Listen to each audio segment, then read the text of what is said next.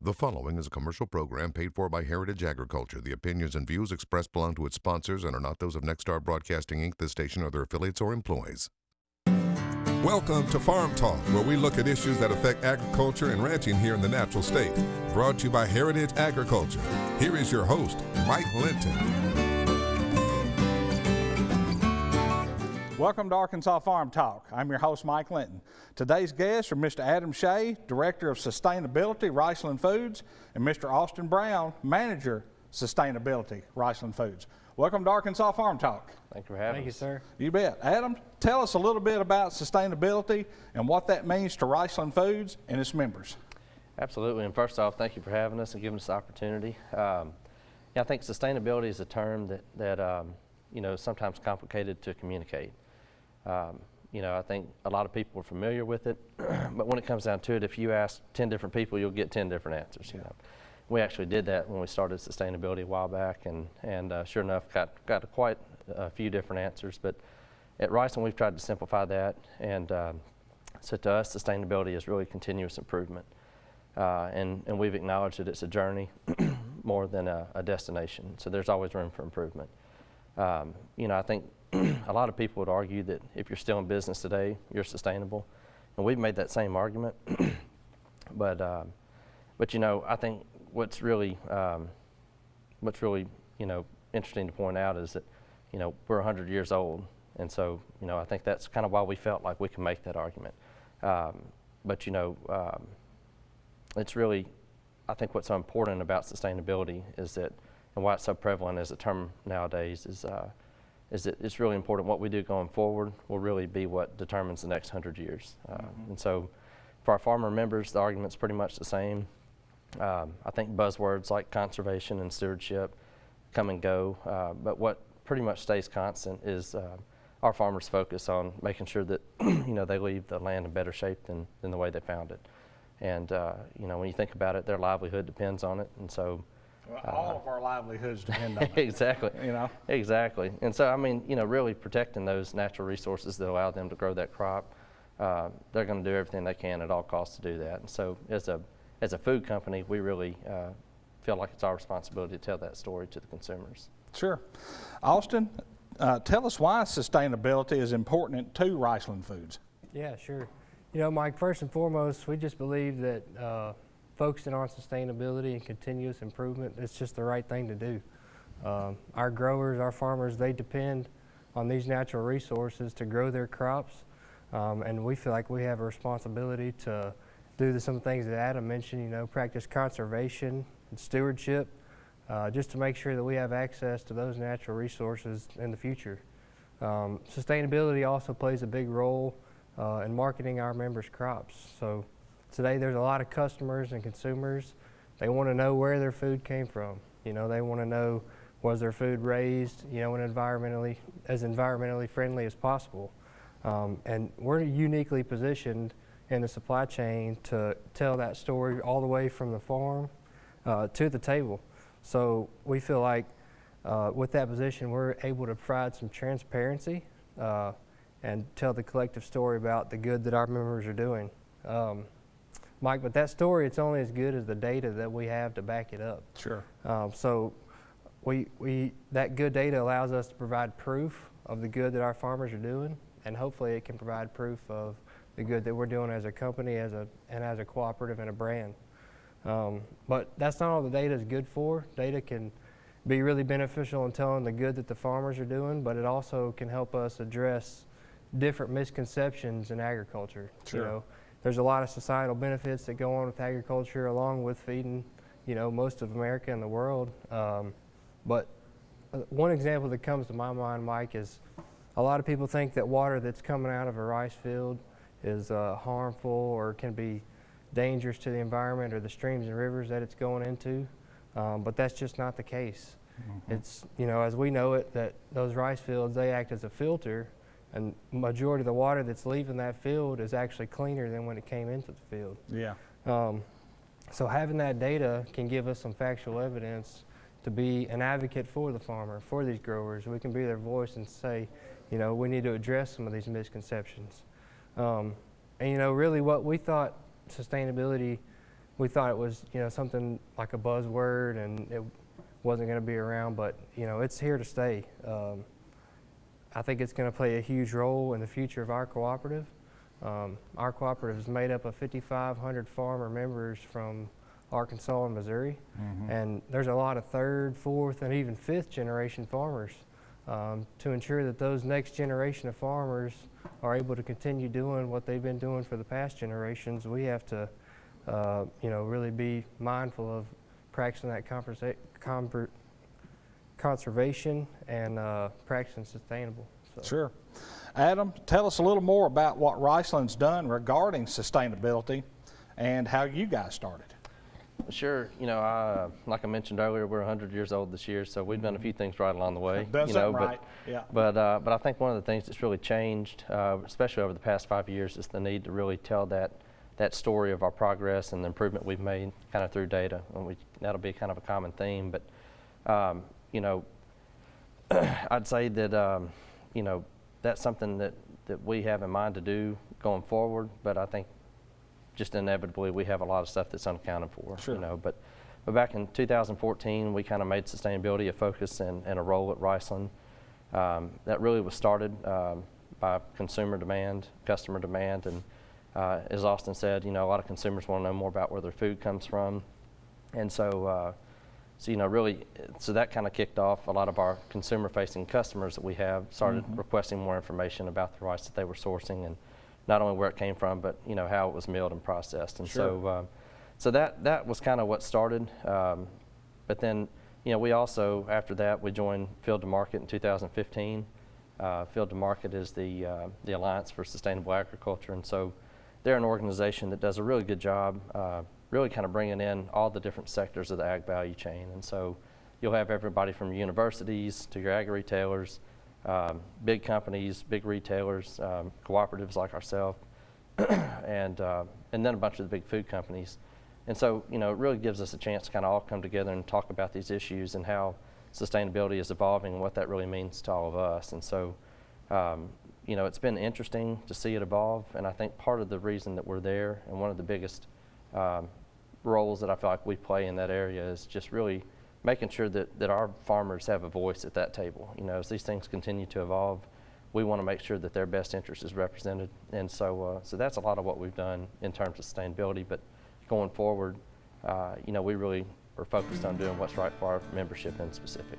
Sure. Yeah, I appreciate you saying that. Guys, hang on. We're going to take a quick break. We'll be right back with Arkansas Farm Talk and Riceland Foods. Since 1921, we've been supporting rice farmers across America. These are the farmers who own our co-op, who prosper together, striving to do more for their communities, going deeper, working smarter, growing stronger. That's how we make good even better. That good comes from the time and toil they're passing down of a way of life that supports not only their families, but families all over the world, so the world can be served with great food. Riceland. United, we grow. In good times and hard times, Arkansas Farm Bureau is there. We're always working, so our state's farmers and ranchers can continue to put food on store shelves and on your family's dinner table. We support training for medical care in rural communities and the industries that provide materials needed for critical supplies. Arkansas Farm Bureau, working every day to keep Arkansas strong. At Harvest, you have one goal: finding the perfect flow of grain from the field to the bin. Case IH axial flow combines are engineered for matched capacity to deliver proven grain savings, so you can keep efficiency flowing smoothly. Find yours with the Case IH axial flow.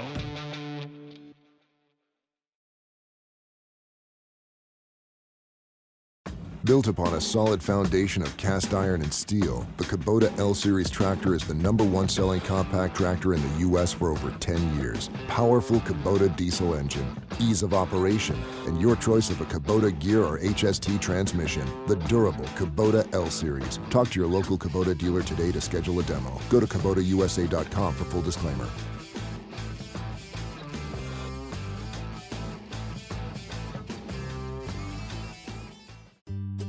No matter how you buy ag equipment, AgDirect can finance it. We're powered by Farm Credit, people who know agriculture. So along with options to purchase, lease, or refinance, AgDirect offers attractive rates, helpful service, and ag-friendly terms. When you compare the price of iron, be sure to compare your cost of money. Ask for AgDirect, built for agriculture, powered by Farm Credit.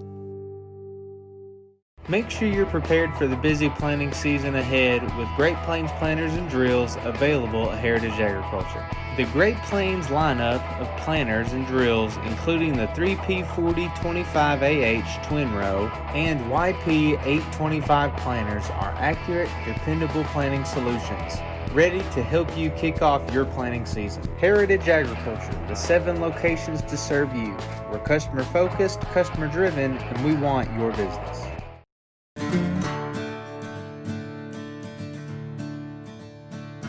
Welcome back to Arkansas Farm Talk.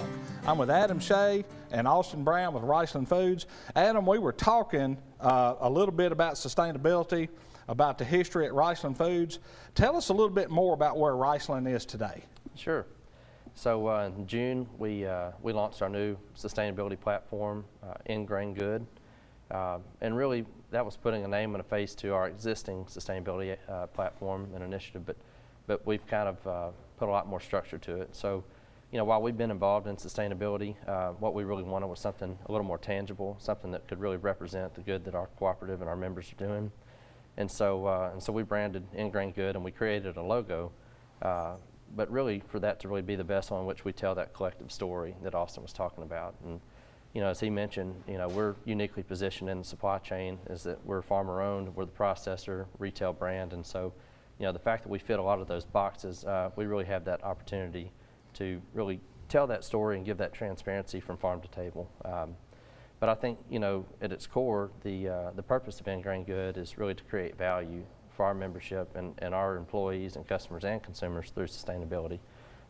Really anyone and everyone involved with Riceland. But, you know, we look to do that through promoting and adopting sustainable practices that will not only allow us to make improvement in our efficiencies, but also reduce our carbon footprint going forward. So those are all different focal points of ours right now. So that's really kind of where we are in terms of Ingrain Good. Yeah. You know, I don't think a lot of people realize they think when they think about Riceland Foods, they think, well, that's where I sell my rice, my product, Yeah. and then they get it ready and then they sell it at the grocery store. Most people have no idea how hard Riceland Foods fights for the farmers. I mean, they have representation in Washington, fighting for the farmers and growers, and you know that needs to be mentioned because that's a big deal. Everybody's not fighting for our farmers and growers, and Riceland Foods fights the fight for them every day. We do. You know, we're thankful for that. So we appreciate that. We've got a really good team, and a lot of what we're talking about today is data, and that's another piece of it, is that data provides proof of the good that we're doing, and we can take that to the hill in the future too. So. Absolutely.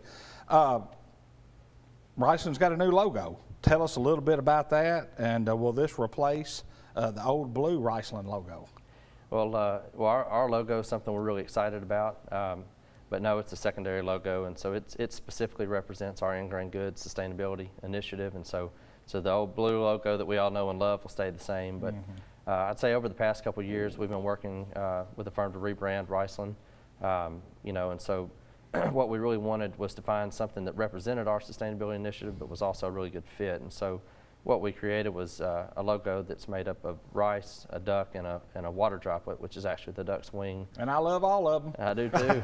That's right. And I think it's something that'll definitely relate to the membership, you know.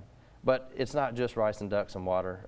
I think it's really supposed to represent the bigger sustainability picture and really an ecosystem that depends on the stewardship of rice farmers across our country, you know. And so that's something that we're really excited about rolling out, and we'll get it on here pretty soon to show it to everybody. So. You know, we're all about it. You know, we've got a commercial waterfowl lodge down at DeWitt, Diamond Wings Lodge. So we're all about the rice, the water, and the ducks. And there's a good connection there. Yeah. Austin, what does Riceland hope to achieve through Ingrain Goods? Adam mentioned Ingrain Goods a while ago, so let's speak about that just a minute. Yes, sir.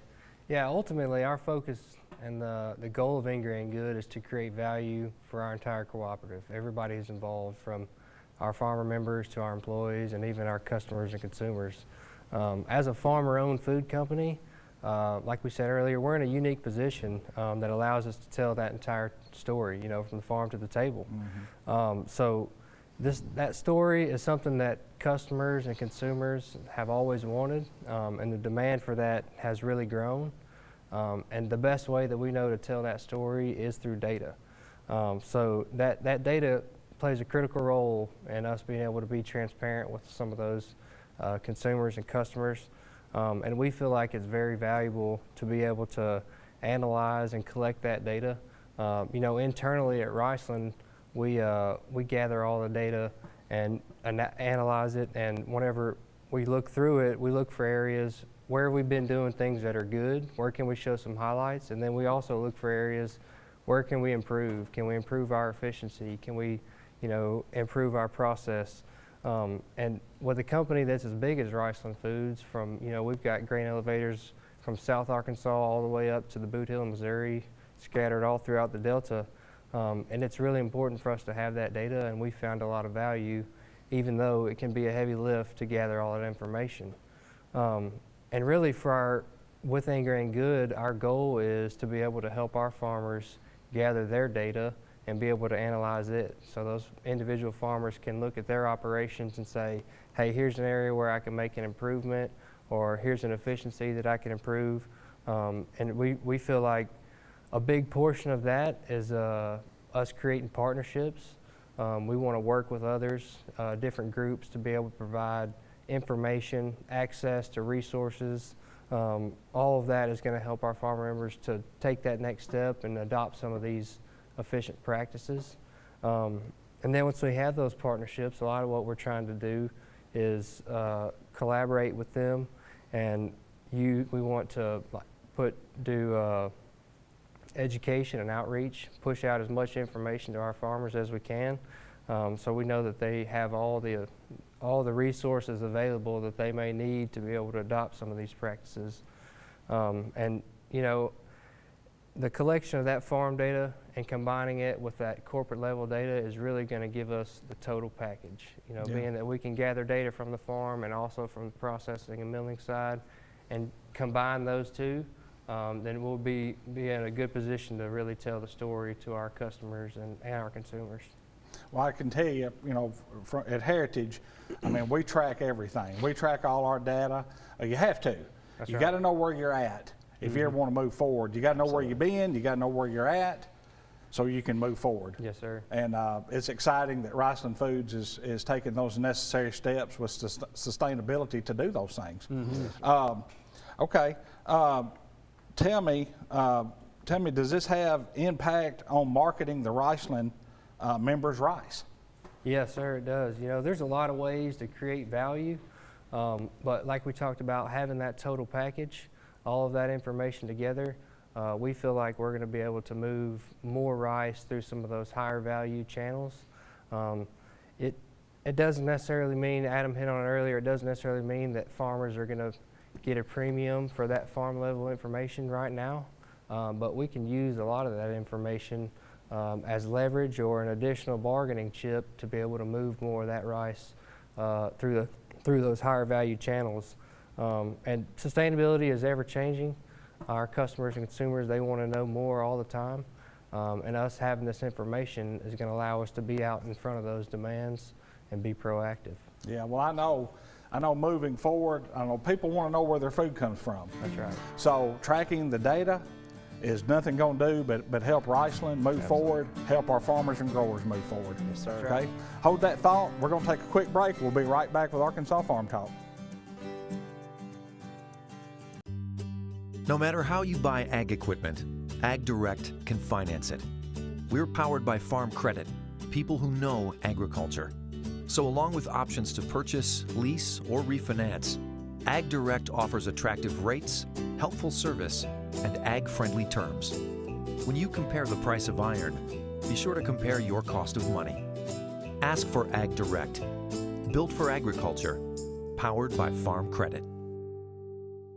A lot of land comes with a lot of work. The new Kubota MX Series has a lot to offer, including the versatility to mow, move hay bales, grade roads, and clear brush and snow. An optional spacious cab to keep you comfortable in any conditions, a front-end loader with excellent loader lift capacity, hydrostatic or gear transmission options, and affordably priced. Visit your local Kubota dealer today.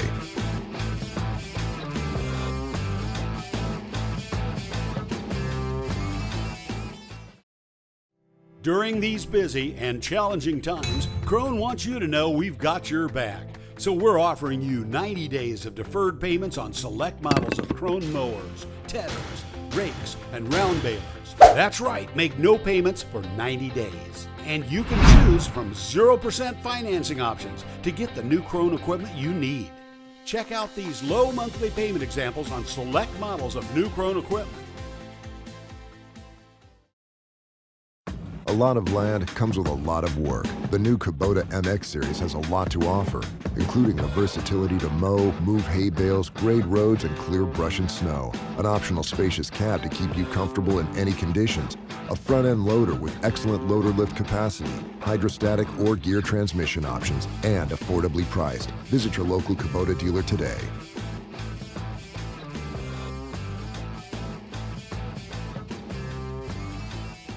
At Case IH, we believe it's our job to provide you with solutions. That's why our Farmall and Maxim tractors, as well as our tools and attachments, are designed with you in mind. From mowing to baling to loading and more, we're here to help turn your to-dos into to-dones. At Case IH, we'll keep your days running smoothly with equipment that's durable, versatile, and highly efficient. No wonder farmers are more loyal to Case IH than any other brand. Visit your local dealer or go to caseih.com/livestock for more. Since 1921, we've been supporting rice farmers across America. These are the farmers who own our co-op, who prosper together, striving to do more for their communities, going deeper, working smarter, growing stronger. That's how we make good even better. That good comes from the time and toil they're passing down of a way of life that supports not only their families, but families all over the world. So the world can be served with great food. Riceland. United, we grow.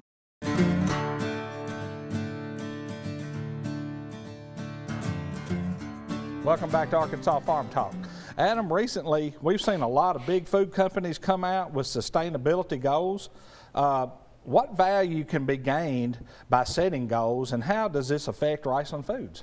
Sure. I think people and organizations alike set goals for a number of reasons, but in the end, it's about making a difference and achieving, positive results. I think, ultimately the value comes from, meeting or exceeding your goal, but there's a lot of value in goals, especially corporate goals, I think, internally from kind of the journey along the way. And so, I think you see things like, increased motivation, improved collaboration across departments, but really just that overall focus as a whole and guidance as a company to staying on track to achieving the desired results. And so, but I think in terms of a food company, I think a lot of times when you see these goals set, I really do believe it's set to really make a difference. But there's also something to be said about, trying to appeal to the consumers, and so that being said, I don't mean that in a negative way, because it's no different at Riceland, but when you set out to make an impact, you want to make sure that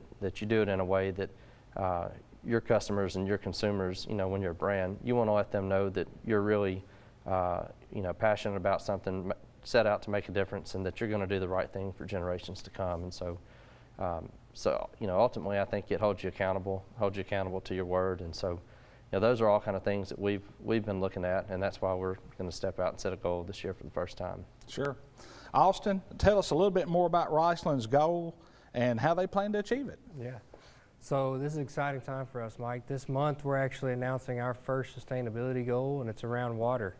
So the goal we've set out to achieve is we want to reduce the water usage in rice production by 250 billion gallons by 2025. So we were able to set this lofty goal by collecting that data we've been talking about and aggregating all that information. And we've paired that with university research, and we feel like we'll be able to achieve this goal and hopefully even more than that. But Mike, ultimately, it's up to our growers to continue to adopt some of these efficient irrigation methods. We don't ever intend on telling our farmers how to raise their rice. And we know as far as irrigation goes, there's not a one-size-fits-all. You know, we've seen a huge increase in row rice acres in Arkansas and Missouri this year. But just because it works for your neighbor doesn't mean that it's going to work on your farm. Sure, you got to have the land. The land's got to be right. That's right. So our goal as Riceland really is we want to promote some of these efficient irrigation methods and help our members overcome the barriers there are to adopting them. And we feel like that's going to be a big factor in us achieving that goal. We also have a sustainability theme for the year, and that's irrigation water management. And we made a partnership with the University of Arkansas and Delta Plastics and NRCS to kind of help these members get some of that technical assistance and access to that information. We feel like it can have a significant impact on agriculture here in Arkansas and all over the world. Sure. Okay, Adam, we're talking about irrigation, we're talking about water. Yes, sir. All right, let's start it. Why water? Well, you know, as we mentioned earlier, you know, we really do want to make an impact, and we want to have that impact on something larger than ourselves, but also, you know, kind of sticking true to who we are as a cooperative. And so I think when we started looking at that, water conservation was an obvious answer for us. It's something we don't like to talk about, but, you know, groundwater levels are declining in Arkansas, and agriculture and irrigation are a large user of that. And so we understand the importance of focusing on that sooner than later. And so, you know, but I think that as setting a goal and really making this a focus of our cooperative will allow us to make a positive impact on this for years to come, and I think the whole industry will feel the benefit of that. And so, but water also offers diversity across sustainability metrics and indicators. And so, you know, when you think about that, you think greenhouse gases, biodiversity, energy use, land use, soil health.